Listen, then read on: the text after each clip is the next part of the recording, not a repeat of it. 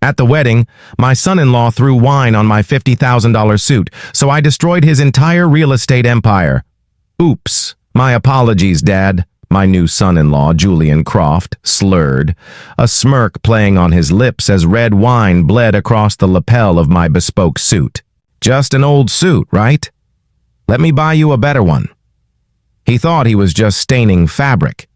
He thought he was just insulting an old man. He had no idea he had just declared war on the architect of the very regulations he was exploiting to build his fragile empire. He had no idea that the stain could be cleaned, but his career was about to be permanently erased. The lesson was about to begin. Before we continue, please subscribe to the channel and let us know where you're listening. From in the comments. Before Julian Croft was a name in my life, there was just Chloe and me.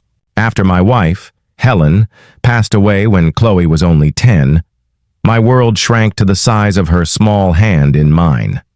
My life became a singular mission, to build a world for her that was safe, stable, and filled with unconditional love. My work as a federal procurement officer was demanding, a world of labyrinthine regulations, billion-dollar contracts, and the constant quiet war against fraud and waste. It was a world of black and white print, of details so minute they could make or break a national project. But at the end of every long day, I would come home to the vibrant color of Chloe's laughter. I poured everything into her. Not just money, but time. I was the father who never missed a parent-teacher conference. The one who sat through every dance recital, no matter how excruciating. I taught her the value of integrity, of quiet competence, of the kind of strength that doesn't need to announce itself. For years, she was the center of my universe, a bright, kind, and grounded young woman. Then, 2 years ago, Julian Croft entered her life. He arrived like a spectacle, a supernova of charm and ambition. He was a real estate developer, a self-proclaimed visionary who was transforming the city's skyline. He drove a Maserati, wore watches that cost more than my first house, and spoke in a language of boundless optimism and billion-dollar deals. Chloe, who had known a life of quiet stability, was utterly captivated. She was swept away by the sheer force of his personality, by the intoxicating world of galas, exclusive parties, and effortless luxury he presented. Slowly, I began to lose my daughter. The quiet girl who loved hiking and volunteering at the local library was replaced by a woman who spoke of brand names and vacation spots I'd never heard of. Our Sunday afternoon talks about history and art were replaced by her breathless accounts of Julian's latest deal, his newest acquisition. She started to see my world, the world of careful planning, due diligence, and quiet service, as quaint, old-fashioned. Julian, for his part, treated me with a kind of patronizing amusement. He saw me as a relic from a bygone era, a harmless old civil servant who wouldn't understand the complexities of his modern, fast-paced world. During our first few dinners, he would try to explain his business to me in painfully simple terms, as if I were a child. "It's all about leverage, Edward," he'd say, swirling a glass of obscenely expensive wine. "You take a little bit of your own capital, leverage it with the banks, get the city to back the project, and boom, you've created value from thin air." I would just nod, my mind quietly dissecting the glaring regulatory risks and financial exposures in his oversimplified narrative. He saw my silence as ignorance. He couldn't comprehend that it was analysis. He mistook my patience for weakness. The contempt grew as the wedding preparations began. Every decision was a battle. I had offered them a generous sum, a wedding gift, from a lifetime of careful saving. But it was never enough. The venue had to be grander, the flowers more exotic, the guest list more exclusive. Julian would dismiss my suggestions with a wave of his hand. "Dad," he'd say, using the title with an ironic familiarity, "this isn't a government contract. We're not looking for the lowest bidder. We're creating an experience." Chloe, caught in his orbit, would echo his sentiments. "Dad, please," she'd plead. Just trust Julian. He knows what he's doing. The final insult before the wedding day itself was the matter of my suit. Chloe had come to me, her face a mask of practiced concern. "Dad," she'd said, "Julian and I were thinking, perhaps you could get a new suit for the wedding, something a bit more modern." I looked down at the suit I was planning to wear. It was a bespoke Savile Row piece, classic and timeless.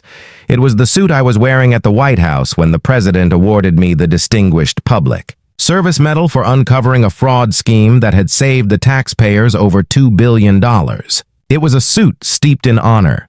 It was worth over $50,000, but its true value was immeasurable. "I think this suit will be fine, Chloe," I had said quietly. Julian, who was standing behind her, had smirked. "Whatever you say, Chief. Just try not to look like you're about to audit the wedding cake." And so, we arrive at the wedding. I stood there, a ghost in my suit of honor, watching my daughter marry a man who held everything I stood for in contempt. I endured the ceremony, the vows, the polite applause. But it was at the reception, under the glittering chandeliers, that Julian decided to make his final public statement of dominance. He approached me, a glass of dark red wine in his hand, a triumphant glint in his eye. Chloe was on his arm, looking radiant and oblivious. "Edward," he said, his voice loud enough for those around us to hear, "I have to admit, you clean up nicely." For a bureaucrat, I simply smiled. "You look well yourself, Julian." "Well," he said, taking a deliberate step closer, "is an understatement. I just closed the City Tower deal, the biggest of my career, a 50-story monument to the future." He leaned in, his voice dropping to a conspiratorial whisper. "Something you and your dusty old regulations could never build." And then, with a flick of his wrist that was just a little too deliberate to be an accident, he stumbled, sloshing the entire glass of red wine down the front of my jacket. The dark liquid soaked into the fine gray wool, a violent, ugly stain, on a symbol of my life's work. A collective gasp went through the nearby guests. Chloe's hand flew to her mouth. Julian feigned a look of theatrical shock.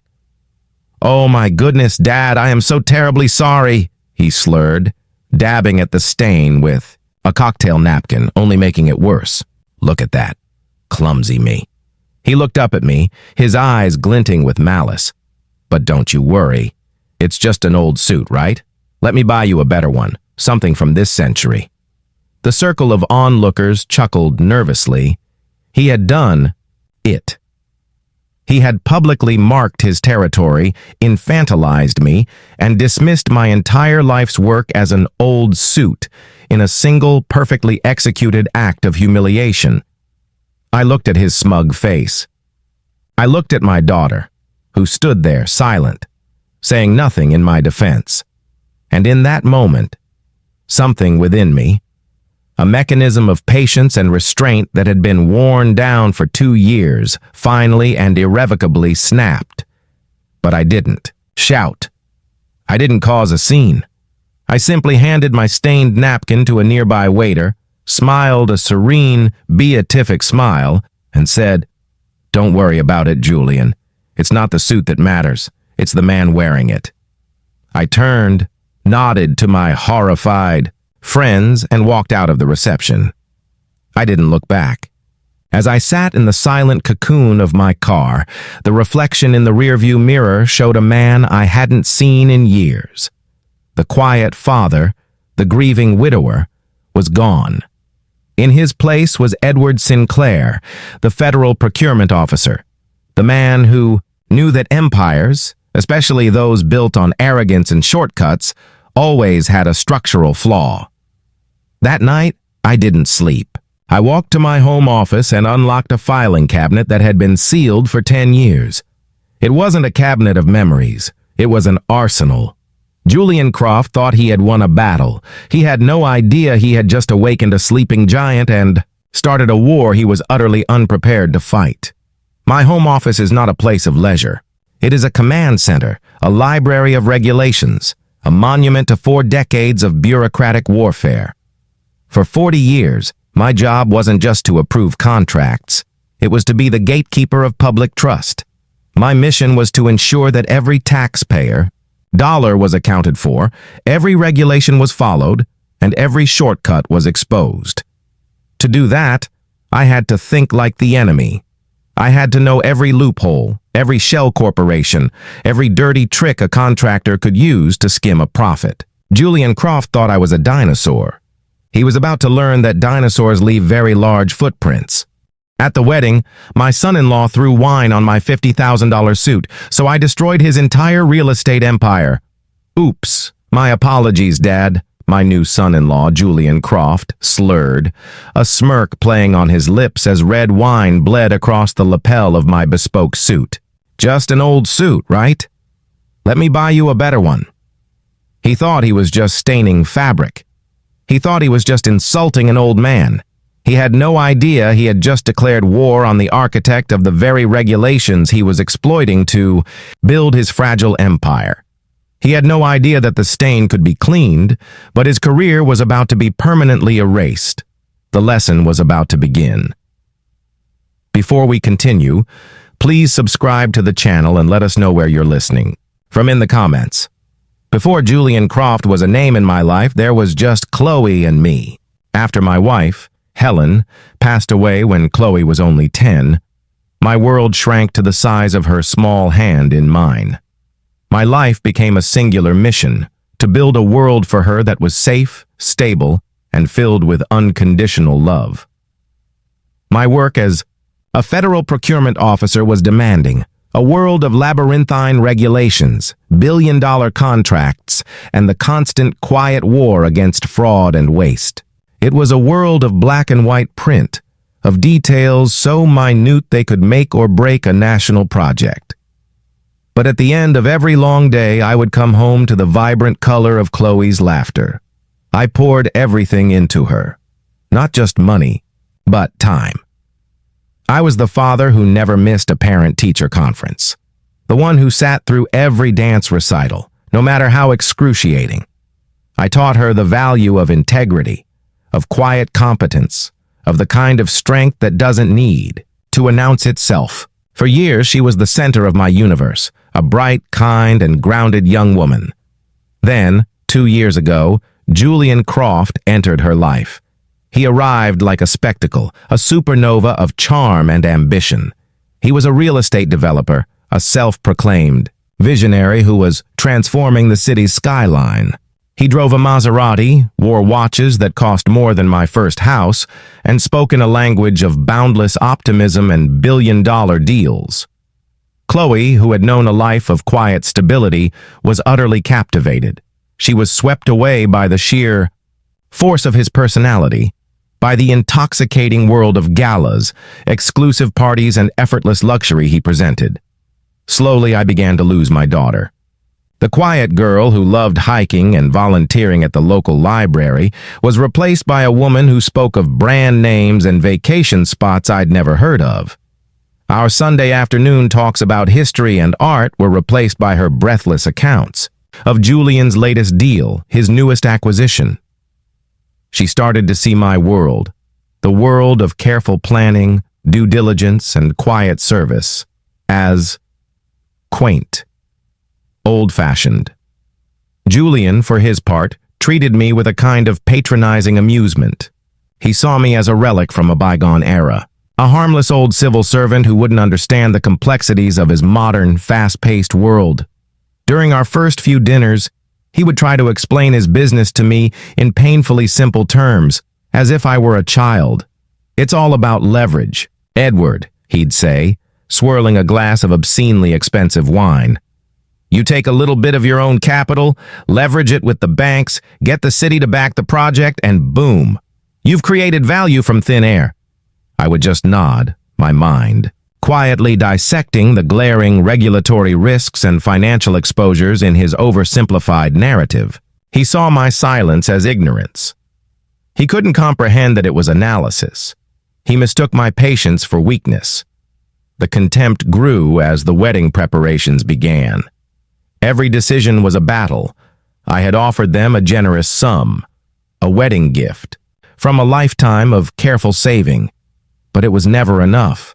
The venue had to be grander, the flowers more exotic, the guest list more exclusive. Julian would dismiss my suggestions with a wave of his hand. "Dad," he'd say, using the title with an ironic familiarity, "this isn't a government contract. We're not looking for the lowest bidder. We're creating an experience." Chloe, caught in his orbit, would echo his sentiments. "Dad, please," she'd plead. "Just trust Julian. He knows what he's doing." The final insult before the wedding day itself was the matter of my suit. Chloe had come to me, her face a mask of practiced concern. "Dad," she'd said, "Julian and I were thinking, perhaps you could get a new suit for the wedding, something a bit more modern." I looked down at the suit I was planning to wear. It was a bespoke Savile Row piece, classic and timeless. It was the suit I was wearing at the White House when the president awarded me the Distinguished Public Service Medal for uncovering a fraud scheme that had saved the taxpayers over $2 billion.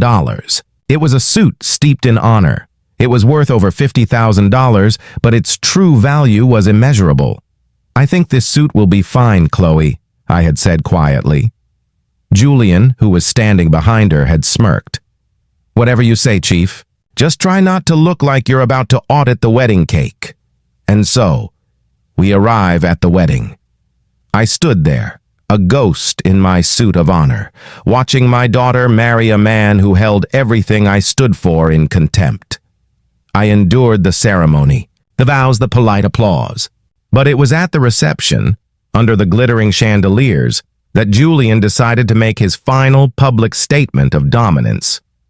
He approached me, a glass of dark red wine in his hand, a triumphant glint in his eye. Chloe was on his arm, looking radiant and oblivious. "Edward," he said, his voice loud enough for those around us to hear, "I have to admit, you clean up nicely." For a bureaucrat, I simply smiled. "You look well yourself, Julian." "Well," he said, taking a deliberate step closer, "is an understatement. I just closed the City Tower deal, the biggest of my career, a 50-story monument to the future." He leaned in, his voice dropping to a conspiratorial whisper. "Something you and your dusty old regulations could never build." And then, with a flick of his wrist that was just a little too deliberate to be an accident, he stumbled, sloshing the entire glass of red wine down the front of my jacket. The dark liquid soaked into the fine gray wool, a violent, ugly stain, on a symbol of my life's work. A collective gasp went through the nearby guests. Chloe's hand flew to her mouth. Julian feigned a look of theatrical shock. "Oh my goodness, Dad, I am so terribly sorry," he slurred, dabbing at the stain with a cocktail napkin, only making it worse. "Look at that. Clumsy me." He looked up at me, his eyes glinting with malice. "But don't you worry. It's just an old suit, right? Let me buy you a better one, something from this century." The circle of onlookers chuckled nervously. He had done it. He had publicly marked his territory, infantilized me, and dismissed my entire life's work as an old suit in a single, perfectly executed act of humiliation.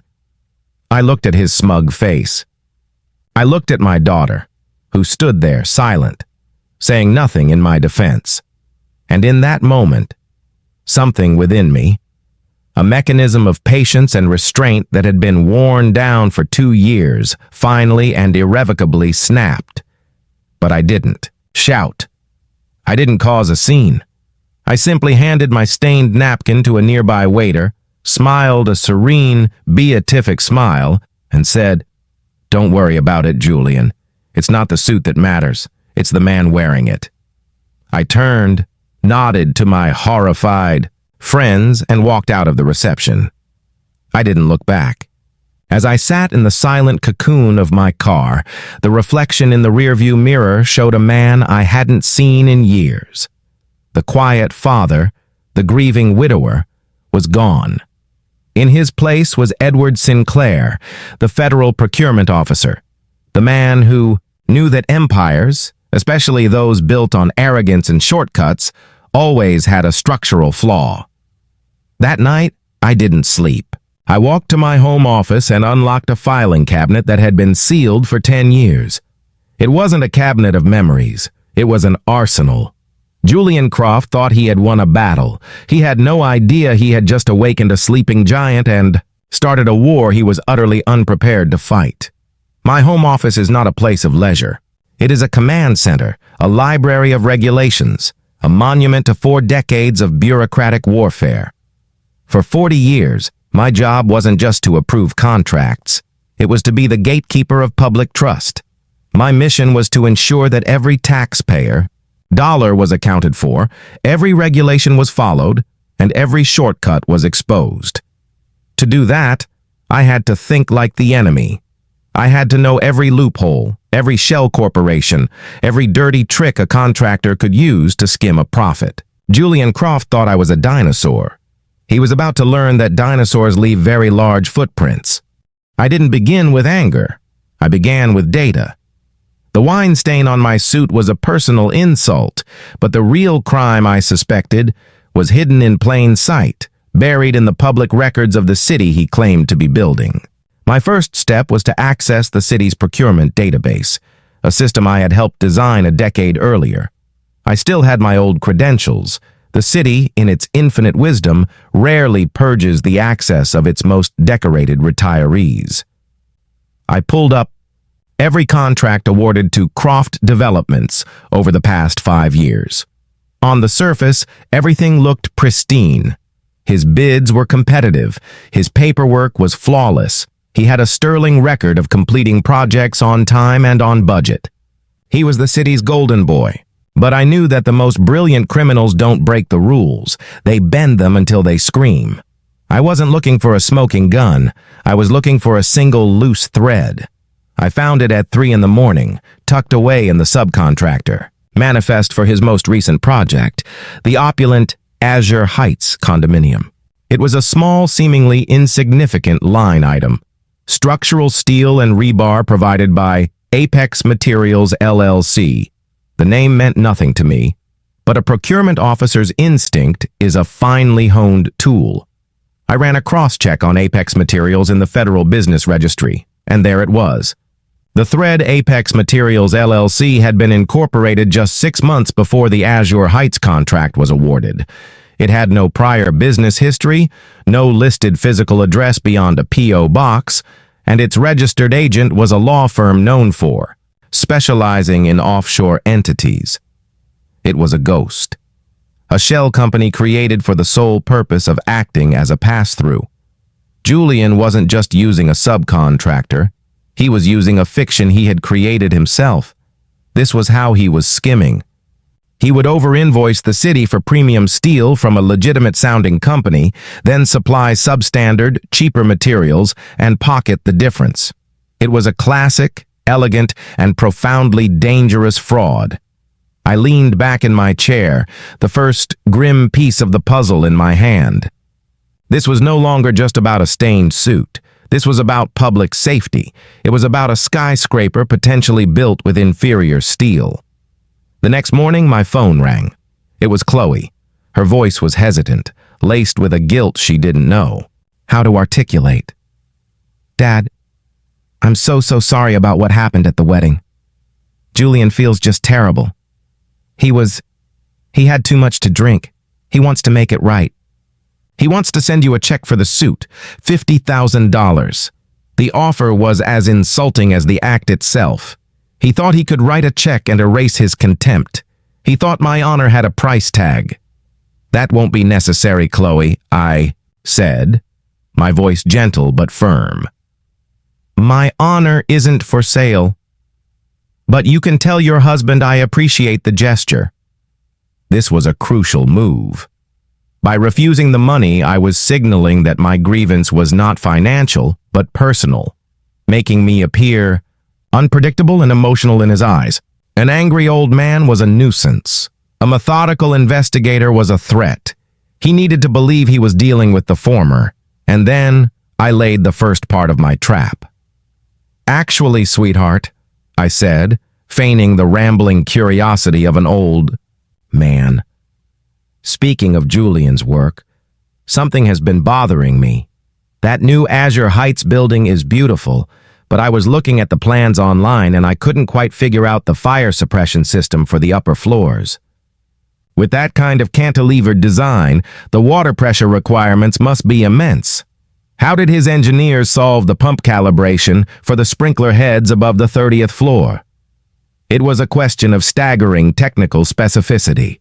A nonsense question to a layman, but to a developer like Julian, it would be a red flag the size of a city block. It was a signal that someone with deep expert knowledge was scrutinizing his work. Not just the paperwork, but the actual engineering. Chloe was, of course, completely lost. "Oh, Dad, I have no idea.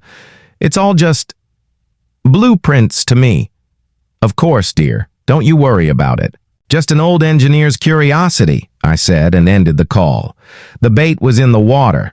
I knew Chloe would repeat my question to Julian, and I knew exactly how he would react. An arrogant man's greatest fear is being exposed as a fraud, not by his enemies, but by a perceived inferior. The thought that the harmless old bureaucrat might actually know something would be intolerable to him. He would have to assert his dominance. He would have to bring me into his world to prove that I knew nothing. It took him less than 24 hours. "Edward," he said, his voice oozing a magnanimous charm when he called the next day.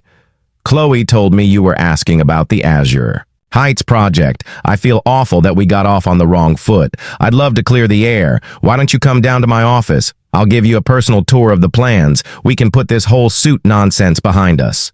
"I'd like that, Julian," I said. When I arrived at the lavish downtown offices of Croft Developments, he was in full performance mode. He walked me through the glittering architectural models, explaining the genius of his designs, the complexity of his financing. It was a monologue designed to intimidate, to showcase his brilliance and my irrelevance. Finally, he led me into his vast corner office, the city skyline spread out behind him like a conquered kingdom. "Look, Edward," he said, settling into his throne-like leather chair. "I know we've had our differences, but you're family now, and I want to make things right.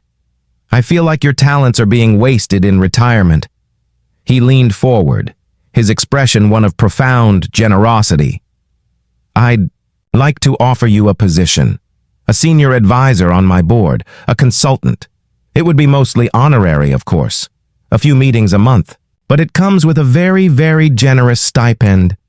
It would be my way of formally apologizing, and it would give you a chance to see how a modern empire is really built." He smiled, confident, arrogant, certain that he was offering a bone to a dog, a bribe to silence an old man. He had no idea what he had just done. I met his gaze, my face a mask of grateful humility. "Julian," I said, my voice filled with a carefully crafted awe. "I'm honored. I accept." He had just handed me the keys to his kingdom. He thought he was buying my silence. In reality, he had just given me a front-row seat, full backstage access, and a legal contractual right to witness his empire's self-destruction. The giant was no longer just awake. He was now inside the castle walls. The title Senior Advisor was a joke, a hollow honorific Julian had invented to soothe his own ego. He gave me a security pass, a parking spot, and an office so small it was clearly an afterthought. He expected me to be a ghost, a name on a letterhead who would cash a generous check and disappear. He had gravely miscalculated. To a lifelong procurement officer, a security pass isn't a key to an office. It's a key to the archives. For the first week, I played the part of the humbled, slightly overwhelmed father-in-law. I attended board meetings, nodding thoughtfully, saying little. I praised his vision, and his disruptive approach. I let him and his team of young, arrogant executives treat me like a piece of antique furniture they were obligated to keep in the room. They saw my silence as confusion. It was, in fact, observation. I was a historian in a new archive, and I was learning the language of my subject. My real work began after hours. My access pass gave me entry to the company's digital servers. Julian, in his hubris, had granted me a surprisingly high level of clearance, assuming I wouldn't know what to do with it. He didn't realize that for 40 years, my job had been to navigate and deconstruct databases far more complex than his. I started where the thread had first appeared, Apex Materials LLC. On the internal servers, the paper trail was insultingly simple.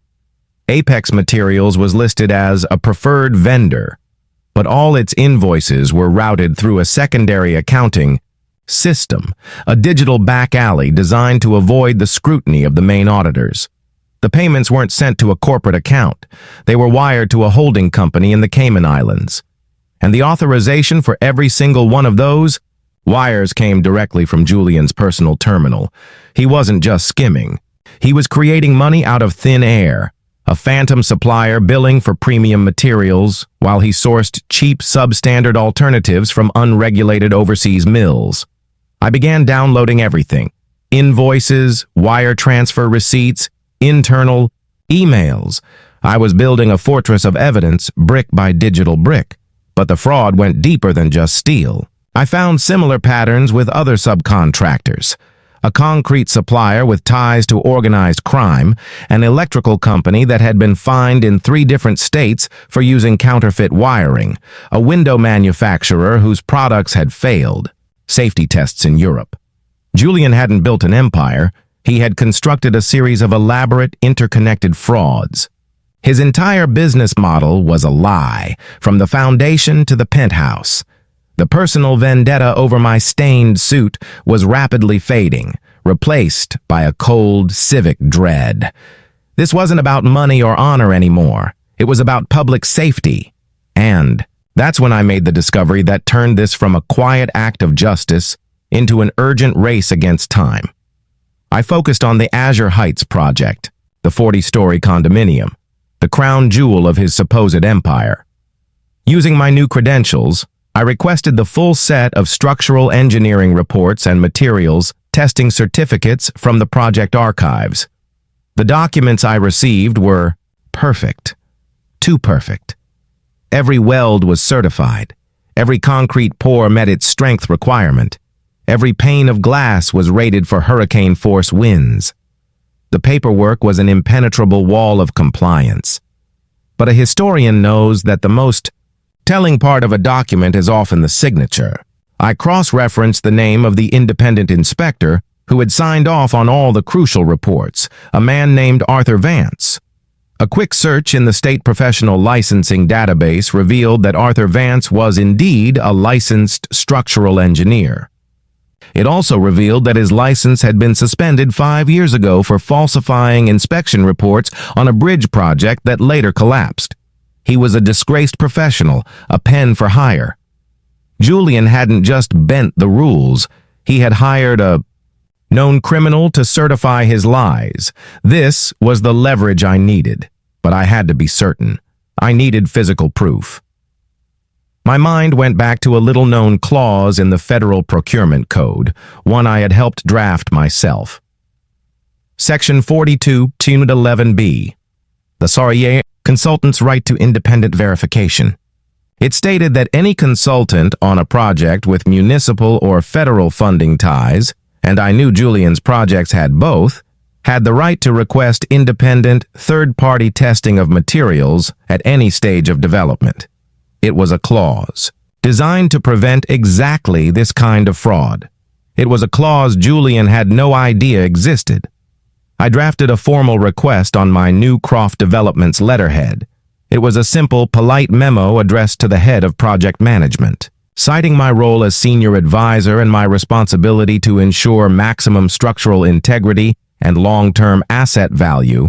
I requested that a core sample of concrete and a section of rebar be taken from the 35th floor of the still under construction Azure Heights for independent analysis by a federally certified lab. I sent the email at 4:59 p.m. on a Friday. The effect was instantaneous. Within 10 minutes, my office phone, which had been silent for 2 weeks, rang. It was Julian. His voice was no longer smooth or magnanimous. It was a tight, controlled hiss. "Edward, what is this? What are you doing?" "Just my due diligence, Julian," I said calmly. As a senior advisor, I have a fiduciary duty to the board and to our investors to ensure best practices are being followed. It's just a routine verification. Nothing to worry about, unless, of course, there is something to worry about. "This is not routine," he snapped. "It's an insult to my engineering team. It will cause delays. It's completely unnecessary." "I disagree," I said, my voice as placid as a frozen lake. "In my experience, the people who protest the loudest about verification are usually the ones with the most to hide. We'll proceed with the test on Monday morning. I've already scheduled the lab. It's all by the book, Julian. The federal book."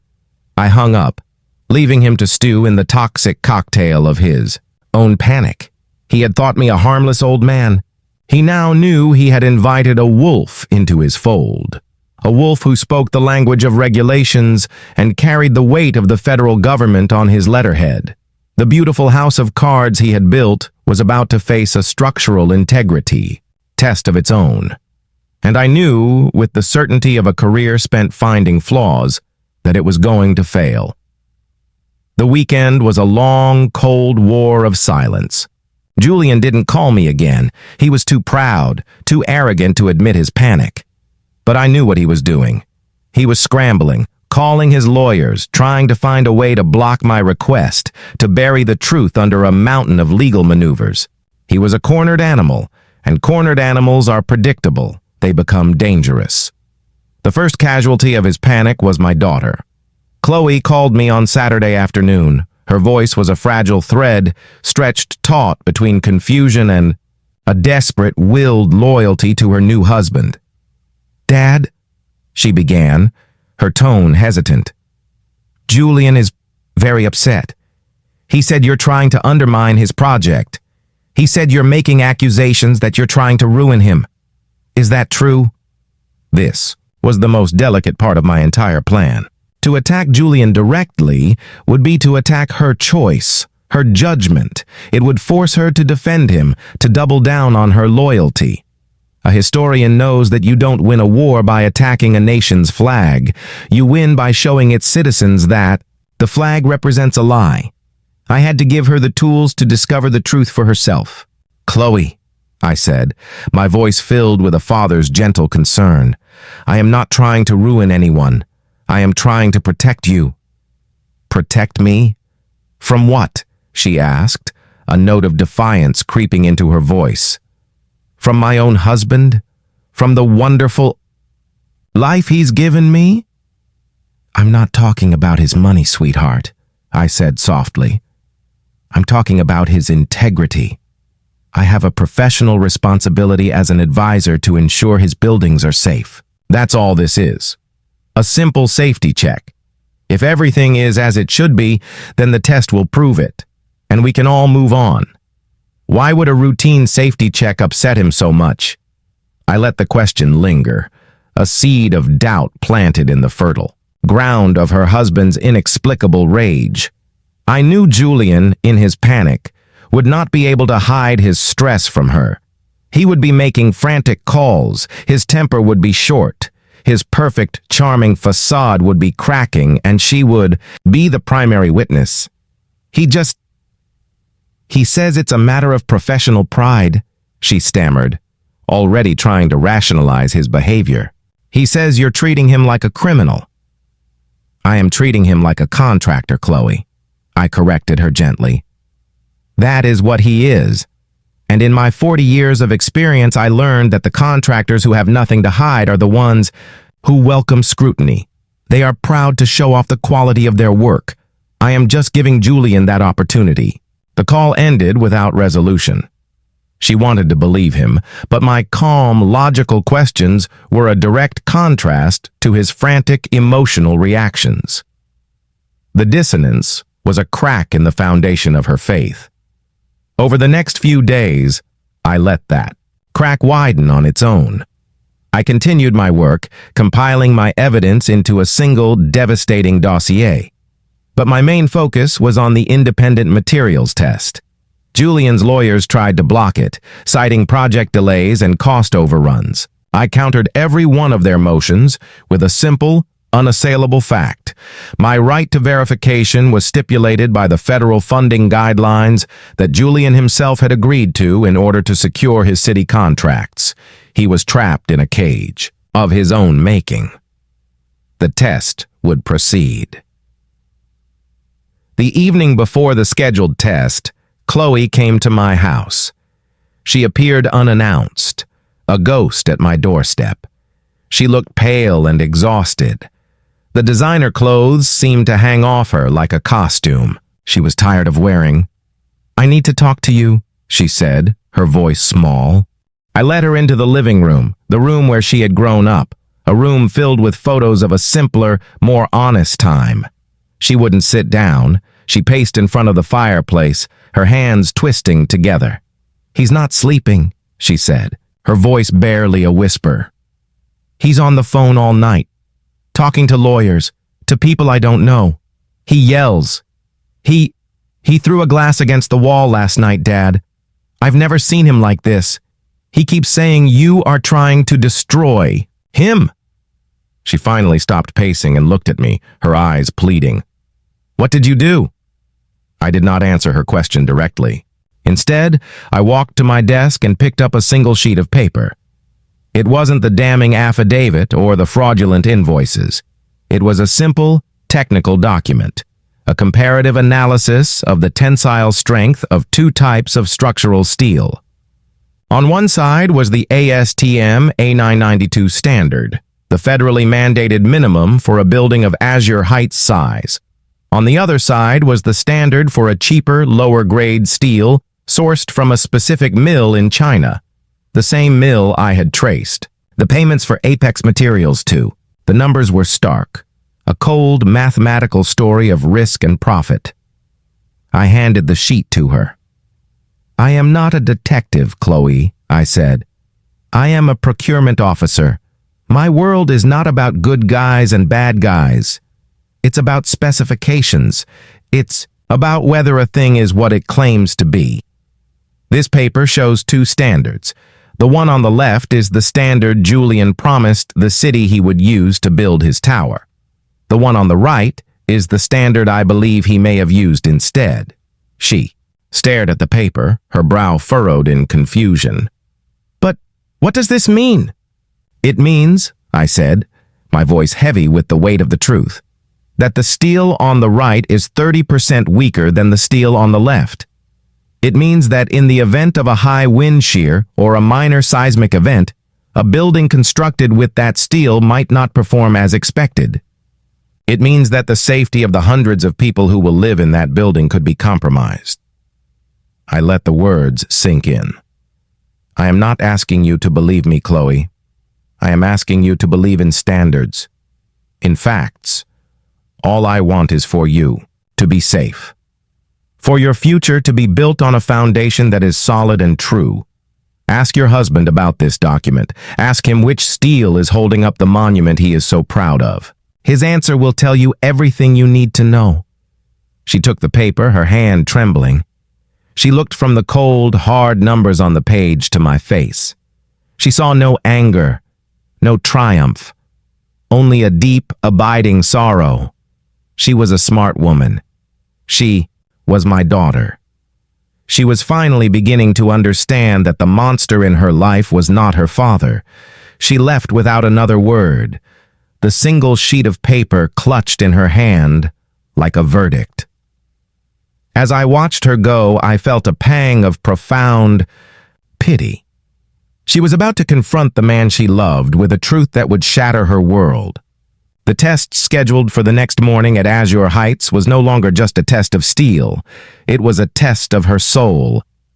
The morning of the test was gray and overcast, the sky a bruised, seamless canvas.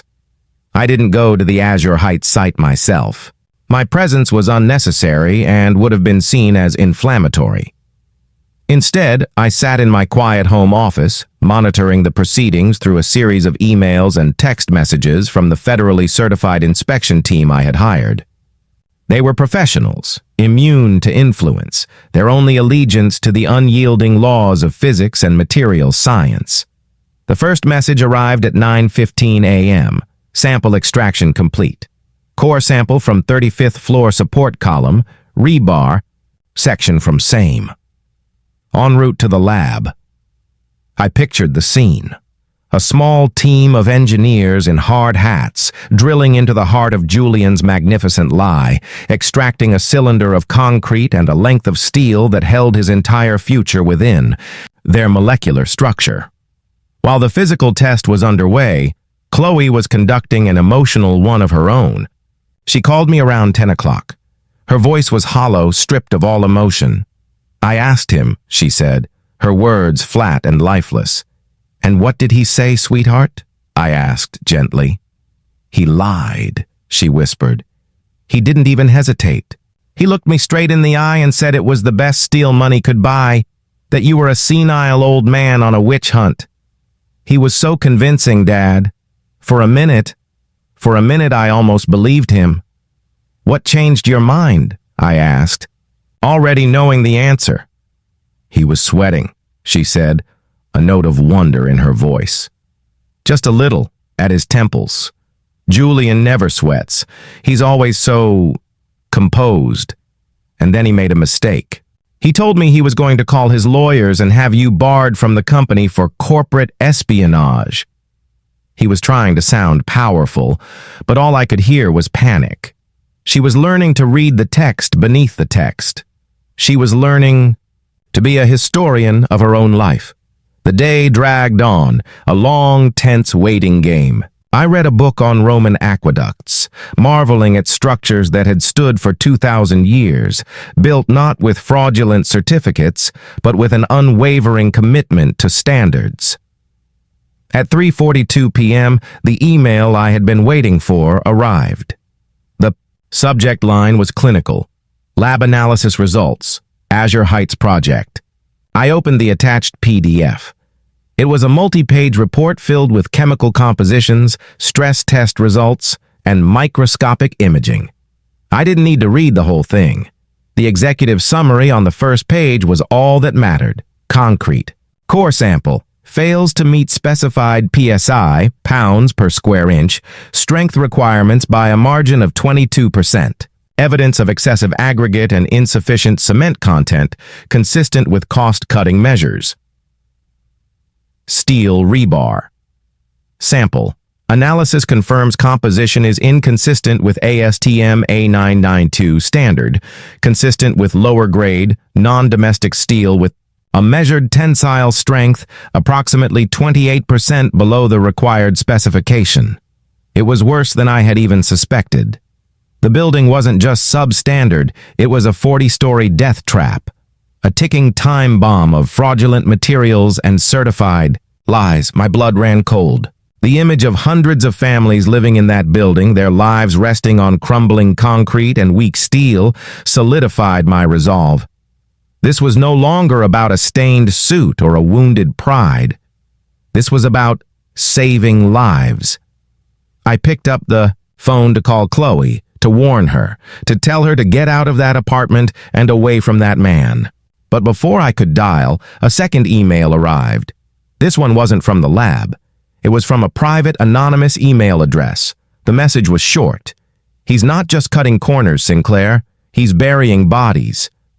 Attached was a single, grainy photograph. It was a picture of a construction site at night. In the foreground, a man who was unmistakably Julian Croft was shaking hands with a known mob enforcer. In the background, a body was being wrapped in plastic sheeting. The timestamp on the photo was from 3 years ago, during the construction of his first major downtown project. I stared at the screen, a wave of nausea washing over me. This went beyond fraud. This was something darker, more monstrous than I could have ever imagined. My quiet war of regulations and due diligence had just stumbled into the territory of organized crime and potential murder. As I sat there, reeling from the horrific revelation, my phone rang. It was Chloe, and she was sobbing hysterically. "Dad!" she cried, her voice a panicked, broken mess. "Dad, you have to help me. He knows. He knows I talked to you. I left the Steele report on the table and he found it. He grabbed my arm. He screamed at me. He said I had betrayed him. He said I had ruined everything. He's gone mad." "Chloe, listen to me," I said, my voice sharp and commanding, cutting through her panic. "Where is he now?" "He just left. He slammed the door and drove off. He said he was going to fix you. Dad, I'm scared. What does that mean?" "It means you need to get out of that apartment right now," I said, my mind racing. "Pack a small bag, just the essentials. Go to your Aunt Janet's house. Do not go anywhere else. Do not answer his calls. Do you understand me?" "Yes," she whispered. "I will handle this, Chloe," I said, my voice a promise of absolute certainty. "I will handle him. Just get yourself to safety." I hung up the phone. The time for quiet, methodical planning was over. Julian was not just a white-collar criminal. He was a desperate, dangerous man, potentially with violent ties, and he was coming for me. I stood up and walked to my desk. The game had changed. The rules of engagement were now different. I picked up the phone again. I didn't call the police. I didn't call my lawyer. I made a call to a number I hadn't used in over 20 years, to a man from a world I thought I had left behind forever. A man who owed me a life debt. A man who knew how to deal with monsters. The historian was done. The soldier had just taken command. There is a moment in every conflict when the time for strategy ends and the time for overwhelming force begins. Julian, in his panicked rage, believed he was coming to my quiet suburban home to intimidate an old man. He thought it was his final move. He had no idea he was merely walking into the final, perfectly orchestrated act of my campaign. After ensuring Chloe was safely on her way to Janet's, I made 3 phone calls.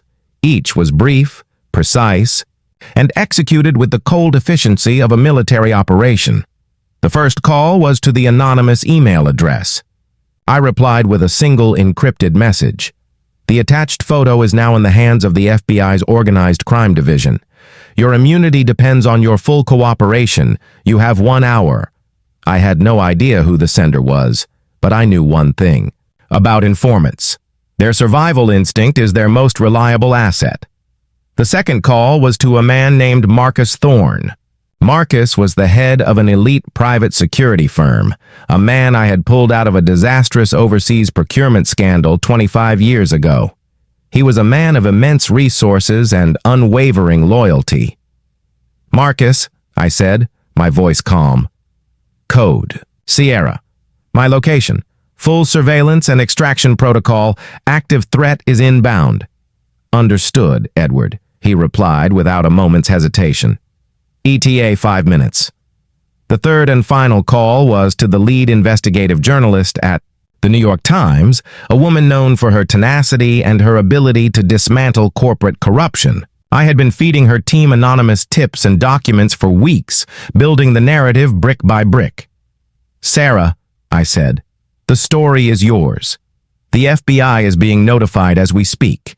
Check the anonymous tip line in 5 minutes for the final. Peace. The connection to organized crime. You have the exclusive. Go." The pieces were in motion. The journalist, the federal agents, the city inspectors, all moving towards a single focal point, Julian Croft. He thought he was the hunter. In reality, every step he took towards my home was a step deeper into a cage from which there was no escape. I then did the simplest thing of all. I put on a fresh pot of coffee and sat in my armchair in the living room, a book of Stoic philosophy open on my lap, and waited. Julian arrived less than 20 minutes later. He didn't knock. The sound of his Maserati squealing to a halt in my driveway was his announcement. He slammed the car door and stormed up the walkway. I watched him through the window, his face a mask of contorted rage. He was no longer the charming developer. He was a cornered thug. He hammered on my front door with his fist. "Edward, open this door, you old bastard! You think you can ruin me? I'll ruin you!" I didn't move. I simply took a sip of my coffee. From my vantage point, I could see things he couldn't. A black, unmarked van had parked silently at the end of the street. On the roof of the house across from mine, a glint of light reflected off a sniper's scope. Marcus's men were in position. They weren't here to intervene unless absolutely necessary. They were here to be my silent, invisible witnesses. Julian, consumed by his own fury, noticed nothing. He kicked the door, the wood groaning under the impact. "I'm not leaving until—" "You face me, you coward!" Slowly, deliberately, I stood up, placed my book on the table, and walked to the door. I didn't open it. I simply spoke through the solid oak. "It's over, Julian." "Over?" he screamed, his voice raw. "It's not over until I'm done with you. You signed my death warrant." "No, Julian," I said, my voice carrying through the door with chilling clarity. "You signed your own. Every time you bribed an inspector, every time you used substandard steel, every time you cut a corner that put innocent lives at risk. You did this to yourself." "You have no proof," he bellowed. "Don't I?" I asked. "The independent lab report from Azure Heights has already been sent to the City Inspector General's office. An anonymous tip, of course. I imagine they are drafting a stop work order as we speak. And that little meeting you had with a certain mob enforcer 3 years ago, the FBI is finding the photograph of that handshake very, very interesting." Through the peephole, I could see his face change. The rage was still there, but now it was laced with a new, colder element. Fear. He had no idea how I could know these things. It was as if I were an omniscient god, pulling levers he didn't even know existed. He took a step back from the door, his mind reeling. And in that moment of stunned silence, the final act began. At the end of the street, 2 black sedans turned the corner, their movements swift and purposeful. They were followed by a city inspector's vehicle. They pulled up, boxing in Julian's Maserati. Men in dark suits and windbreakers with FBI emblazoned on the back emerged, their movements calm and professional. Julian stared, his mouth agape. He looked from the approaching agents to my front door, the truth finally, horribly, dawning on him. This wasn't a personal visit. This was a coordinated takedown, and my quiet suburban home was the designated kill box. He spun around, a wild, trapped look in his eyes, and saw what I had known was coming. At that very moment, his phone buzzed. And then the phones of the FBI agents buzzed. A major news alert from the New York Times. The headline, which I could already picture, would be devastating. Croft Developments. A real estate empire built on fraud and fear. The lead agent approached him, a single sheet of paper in his hand. "Julian Croft?" he asked, his voice polite but unyielding. "You're under arrest." Julian didn't fight. He didn't run. All the arrogance, all the swagger, all the performative dominance evaporated, leaving behind a hollowed-out man in an expensive suit. As they cuffed him, his eyes found my window. He stared at me, no longer with hatred, but with a look of utter, complete bewilderment. He still didn't understand. He had been so focused on the personal battle with the old man, he had never seen the multi-front war that had been waged against him. I didn't smile. I didn't gloat. I simply stood there, a silent witness to the inevitable conclusion he had authored for himself. The historian, watching an empire fall. The fall of the House of Croft was not a slow decay. It was a controlled demolition. The New York Times article acted as the primary charge, fracturing the foundation of his public image. It was a masterpiece of investigative journalism, meticulously detailing the fraud, the shell companies, the falsified reports, and hinting at the darker connections to organized crime. My name was never mentioned. I was simply a confidential source with deep knowledge of federal contracting. The FBI raid was the secondary charge, bringing the walls of his corporate structure crashing down. They seized servers, froze accounts, and padlocked the doors of his glittering offices. The city, in a desperate act of damage control, immediately issued a stop work order on all Croft Developments projects, including the nearly completed Azure Heights Tower. The monument to the EO future was now a 40-story tombstone, a silent testament to his greed. I watched the news reports from the quiet of my living room. Julian Croft, the visionary developer, the philanthropist, the entrepreneur of the year, was now just another perp in a wrinkled suit, his face a mask of disbelief as he was led into a federal building. The empire he had built on a foundation of lies had crumbled into dust in the space of a single afternoon. My phone rang. It was Chloe. She was at Janet's house, her voice a fragile whisper. "I saw it, Dad. On the news." Is it all true?" "Yes, sweetheart," I said gently. "It's all true." I heard a choked sob on the other end. "The building, the people who were going to live there, he put them all in danger. For money." The naivete was gone from her voice, replaced by the horrified clarity of someone who has just seen the true face of a monster she once loved. "And the other thing," she whispered, her voice barely audible, "the news mentioned a criminal associate. That photo you showed me." "That is a matter for the FBI now, Chloe," I said, shielding her from the darkest parts of the truth. "Your only job now is to take care of yourself, to heal." "How can I?" she cried. "I was a part of it. I lived in his house. I wore his gifts. I defended him to you. I was his accomplice." "No," I said, my voice firm and absolute. "You were a victim, Chloe. He deceived you, just as he deceived the city, the banks, and his investors. You are not responsible for his crimes. You are only responsible for what you do now." We talked for a long time. It was the first truly honest conversation we had had in 2 years. I didn't say, "I told you so." I didn't need to. The world had said it for me in screaming headlines and flashing news alerts. I simply listened, a father once again, offering not solutions, but a safe harbor for his daughter's grief. The final act of my plan took place a week later. Julian, having been released on an exorbitant bail funded by a second mortgage on his parents' home, had agreed to a meeting. Not in his office, not in my home, but in the neutral territory of my lawyer's conference room. He looked like a different man. The swagger was gone. The expensive suit was replaced by a simple polo shirt. He was thinner, his eyes hollowed out. He was a king without a kingdom. Chloe was there, sitting beside me, not as his wife, but as my daughter. She was there as a witness, a final, quiet statement of where her allegiance now lay.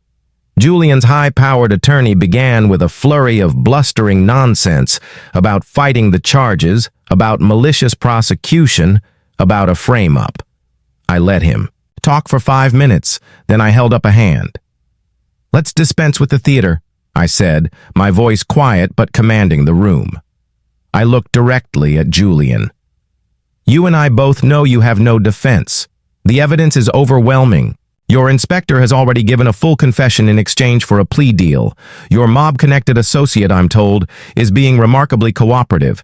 You are facing decades in federal prison." Julian stared at the table, his jaw working silently. "However," I continued, "I am not here to talk about your criminal problems. I am here to talk about my daughter." I slid a single document across the table.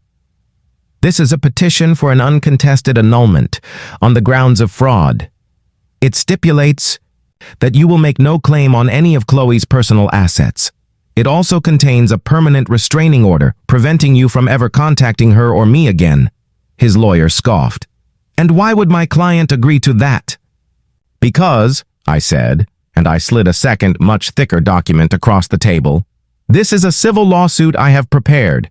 It is a suit for damages against you and Croft Developments on behalf of the future residents of the Azure Heights Tower. It details the structural fraud, the risk to human life, and seeks punitive damages in the amount of $200 million. It will bankrupt you, your family, and any living relative you have for the next 3 generations. It will be a long, brutal, and very, very public fight." I leaned forward. "Or you can sign the annulment. You can walk away from my daughter, cleanly and quietly. If you do, this civil suit will never be filed. Your criminal trial will be your own affair. I will be done with you. The choice is yours, Julian, a quiet exit or complete and utter annihilation." He looked at Chloe, his eyes pleading for the first time. He was looking for the soft, forgiving woman he had manipulated for 2 years. But that woman was gone. In her place was a survivor, her expression as hard and clear as diamond. She met his gaze and gave a single, almost imperceptible shake of her head. There was no help for him there. He looked back at me, the man he had dismissed as a harmless, irrelevant old fossil. He saw now not a father-in-law, but a master strategist who had outmaneuvered him at every turn, who had used the system he thought he owned to bring him to his knees. He picked up the pen. His hand was shaking. He signed the annulment papers, without another word. As he and his lawyer stood to leave, I spoke one last time. "Julian," I said. He stopped, his back to me. "That suit I was wearing at the wedding," I said. "It's at the dry cleaners. It will be good as new. But your reputation, your empire, your name, some stains never come out." He walked out of the room, a man erased by his own arrogance. My war was over. I had not just won. I had restored order. The aftermath of a war is never truly quiet. There are echoes. The news cycle churned for weeks with the Croft Development scandal. City officials resigned in disgrace. New regulations were proposed, bearing my unseen fingerprints. The Azure Heights Tower, a 40-story monument to greed, was eventually condemned and scheduled for a controlled demolition, a fitting end for a structure built on lies. Julian Croft, facing an avalanche of evidence and abandoned by his powerful friends, accepted a plea bargain. He was sentenced to 15 years in federal prison, a quiet, unceremonious end to a loud, arrogant life. But my focus was no longer on him. It was on the living. It was on Chloe. The annulment had been a legal necessity, but the healing was a much longer, more complicated process. She moved back into my home, back into her childhood bedroom, a ghost in the house of her own memories. For the first month, she was fragile, adrift in the wreckage of the life she thought she had chosen.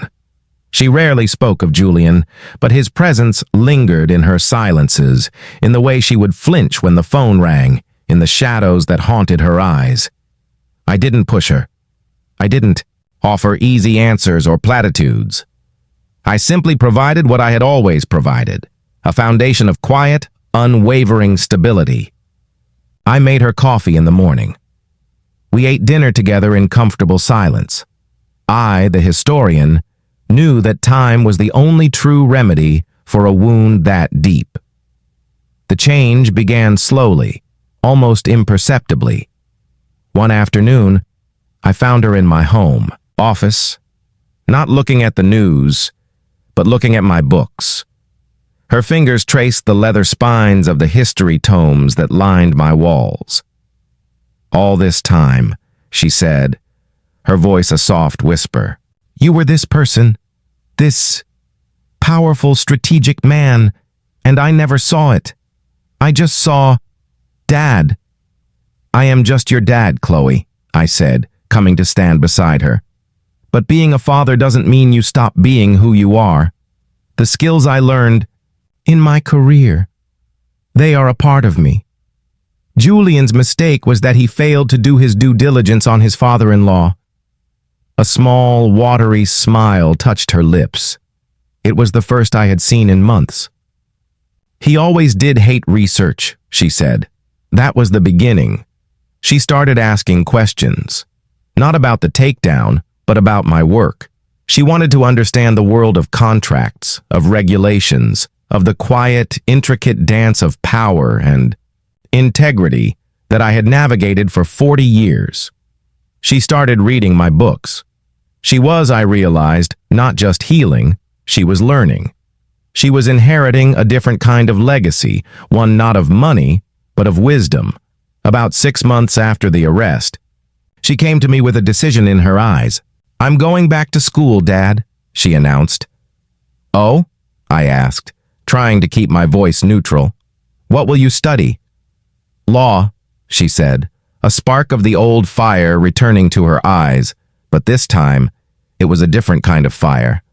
Not the borrowed glitter of materialism, but the steady flame of purpose. I spent 2 years watching a man twist the law to serve his greed. I want to spend the rest of my life twisting it back to serve justice. I felt a surge of pride so immense it almost took my breath away. She had not just survived the storm, she had emerged from it forged into something stronger, something true. Today, Chloe is at the top of her class at Georgetown Law. She is brilliant, dedicated, and driven by a purpose that is forged in the fire of her own past. She will make a formidable attorney. She will be a guardian of the very standards her former husband held in contempt. She found her own foundation, not in a skyscraper built of lies, but in the bedrock of her own character. As for me, I have returned to my quiet life. The filing cabinet, my arsenal, is locked once more. My days are filled with books, with gardening, and with long, thoughtful conversations with my daughter, who has become not just my child, but my intellectual peer. Sometimes she asks me if I regret the path I chose, the destruction I unleashed. I always give her the same honest answer. I regret that it was necessary. I regret that my daughter had to be so terribly broken in order to be made whole again. But I do not regret the lesson. People often mistake kindness for weakness. They forget that the quietest people are often the most observant. Julian Croft made a fatal error. He provoked a father, but his greater mistake was that he underestimated a professional. I never wanted that war. But 40 years of service taught me a fundamental truth. When a conflict is unavoidable, your sole responsibility is to ensure that you are the one left standing to write the history of how it ended. And in my history, integrity will always have the final word. Thank you for joining me on this journey. If this story of justice and integrity resonated with you, please show your support by liking this video and subscribing to our channel. What did you think of the final outcome? Let me know in the comments below. We have more stories of justice coming your way soon.